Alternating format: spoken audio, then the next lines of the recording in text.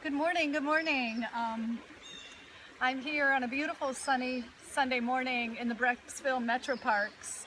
I have a little spot that I adore in this park. It's deep down the hills in a little crevice of a valley.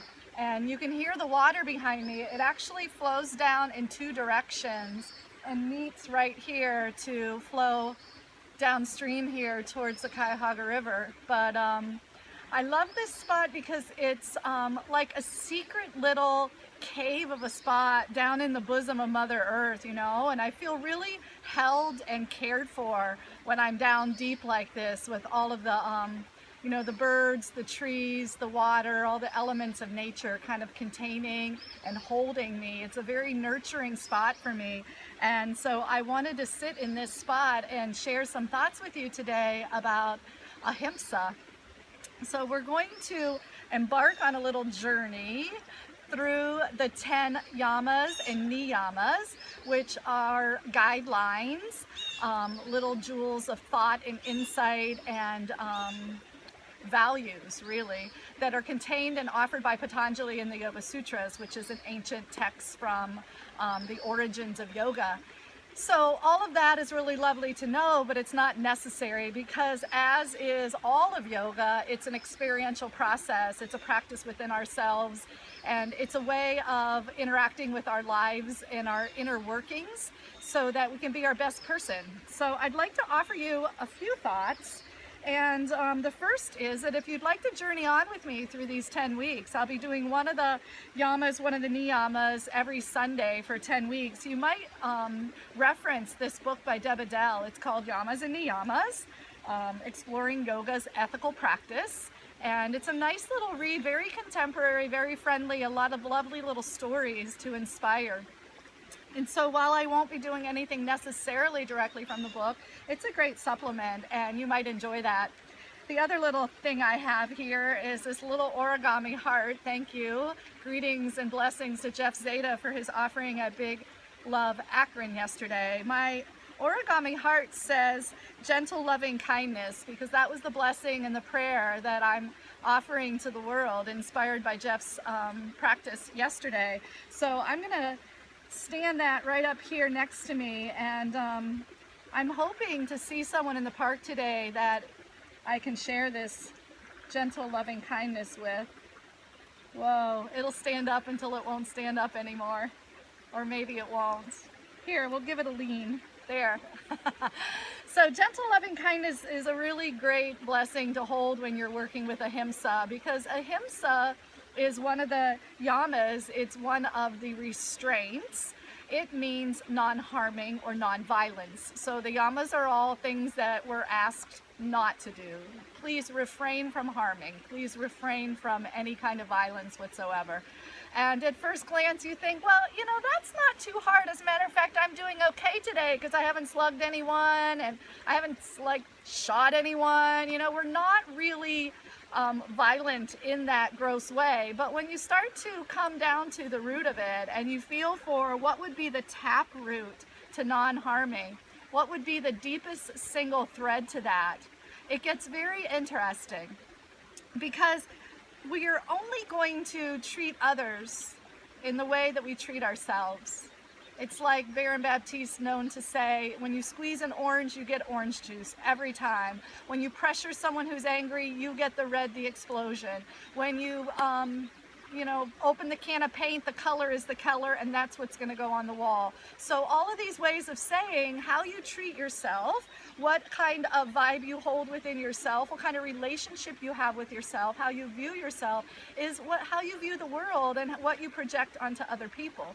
So Ahimsa, that practice of non-harming, at its root might well be considered the shame, the worry, the stress, the fear, and how we're able to manage that. And I like to think of our glory and our goodness as intertwined with our human our human hardness, right? And so my ability to celebrate and shine is intertwined with those issues that I have around shame within myself. My ways of being fantastic and of being free are intertwined with my ways that fear binds and contains me. And it's like the way we cross our fingers, you know, one spins around the next. And it's not that we can really ever extricate and pull apart those little threads. They're enmeshed and they're all a part of us being human. What becomes a practice is our ability to focus and attend to that thread that we want to follow, our ability to sustain ourselves on the positive, the fantastic, the celebratory, the loving, the kindness, the gentleness, even as it spirals around those fearful, shameful moments. So what I'd like to offer you today is a meditation, and a meditation to work within our own hearts towards gentle, loving kindness for ourselves so that we can offer that out to the world. So I will kind of get situated on my bum here, and you can do the same. I'll offer your left hand right on top of your heart. So in our heart, we've got this seat or this bosom within our own body, the way I'm sitting in this bosom of Mother Earth here. You know, in our heart, we have that loving container and that ability through our arms, you know, heart connected through the arms, to embrace and contain and hold, the way I feel so supported and held by Mother Earth here in this deep spot in the Earth's surface. And so left hand on the heart, and come into closed eyes, deep breath, and cultivate a sense of depth within your heart. And it might take you several moments. I don't mean to rush you, but I certainly want to keep our conversation flowing today. So likely, you know, you'll want to re-practice this meditation occasionally throughout the week as you work with Ahimsa, and you can take as long as you need to find a tangible connection to the depth of your heart there, just left hand on heart and finding that depth for yourself. And then I'm going to offer you 2 peace fingers and a little circular massage right on the spot between the heart and the throat. And so this energy center is known as the higher heart. It's a minor chakra between your heart and your throat. And if you create a little clockwise circle, just a gentle little massage there to that higher heart center, you'll begin to find something tangible and lively there as well. Now the heart, the higher heart, and then the throat. The throat is our space of self-expression, so whatever it is that is within the heart and bubbling up through the higher heart is what's going to be expressed through the throat.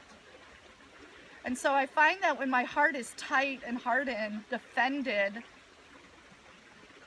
my throat will be too. And since the muscles of the jaw, the muscles of the inner throat, the muscles of the tongue are so very tangible, you can get a very literal sense of whether you've got some hardness, some tightness, a gripping, a need to control. You can get a feel for that through your throat and through your jaw. And so I invite you to work yourself relaxed in the throat and jaw, softer in the heart, and continue to massage through that higher heart center.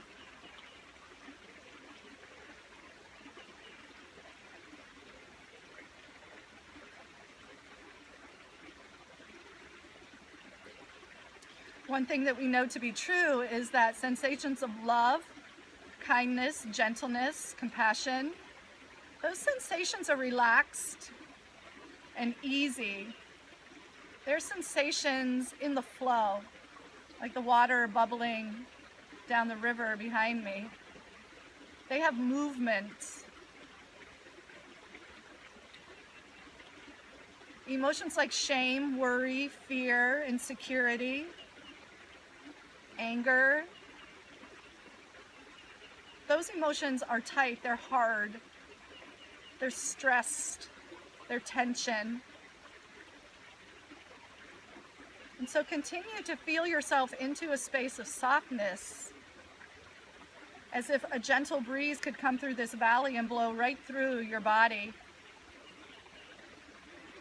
As if the water that you hear bubbling behind me is washing right over you and through you, down your throat, through your heart, just clearing.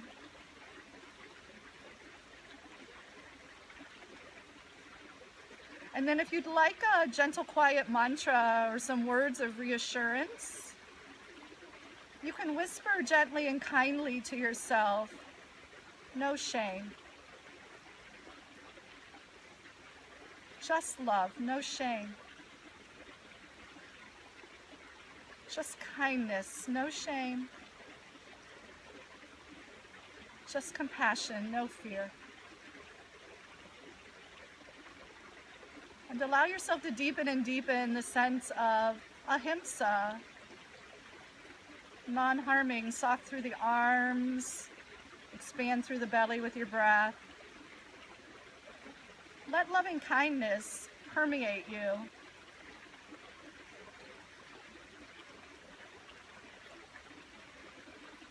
Undoubtedly, if you commit yourself to the idea of ahimsa throughout the week, you'll notice places and times when you fall a little short of your ideal. Maybe you didn't realize that your words had a sharp edge to them, or how often you curse the driver in front of you, or how often you curse yourself for what you've said, what you've eaten, what you've done, what you've not done. And you don't have to come into full meditation. As a matter of fact, all it may take is just the peace fingers to that higher heart chakra for the heart to soften and the throat to open and that little message to bubble up. Gentle loving kindness, no shame. Gentle loving kindness, no fear, no worry.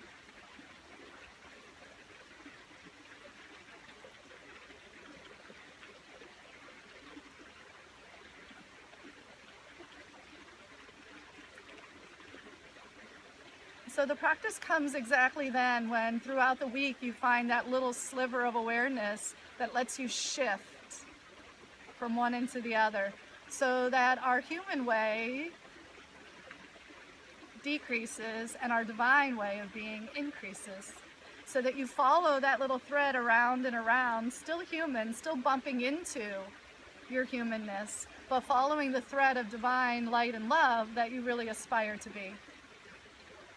Take a deep breath in, let out a sigh. Let yourself conclude with satisfaction. Allow yourself to commit to finding maybe one time a day, maybe 2 times a day, when you remember our practice, when you come back to Ahimsa. And I'll see you next Sunday for the second yama. And we'll travel on. We'll travel on. If you want to see the book again, it's The Yamas and Niyamas by Deb Adele, the guiding. And I don't know, the park is kind of quiet. I might have to walk for a while and see who I can find to bless with my origami heart. But in the meantime, many blessings to you. Namaste. Thank you.